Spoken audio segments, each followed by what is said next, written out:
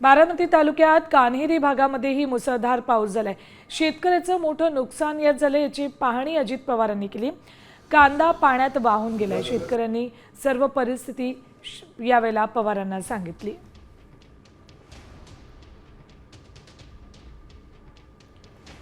याचा आढावा घेऊन शेतकऱ्यांबरोबर बातचीत केली आमचे प्रतिनिधी सागर आव्हाड यांनी।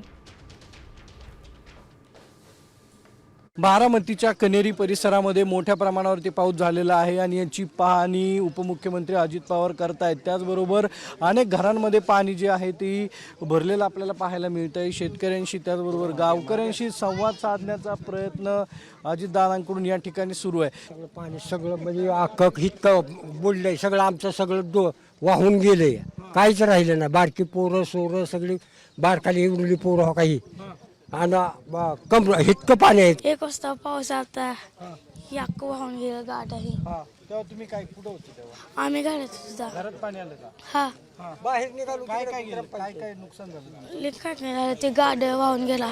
एक 1.5 ते 2 टनापर्यंत कांदा आपला होता, तर पूर्ण पावसाने एकदम नुकसानच झालेलं आहे।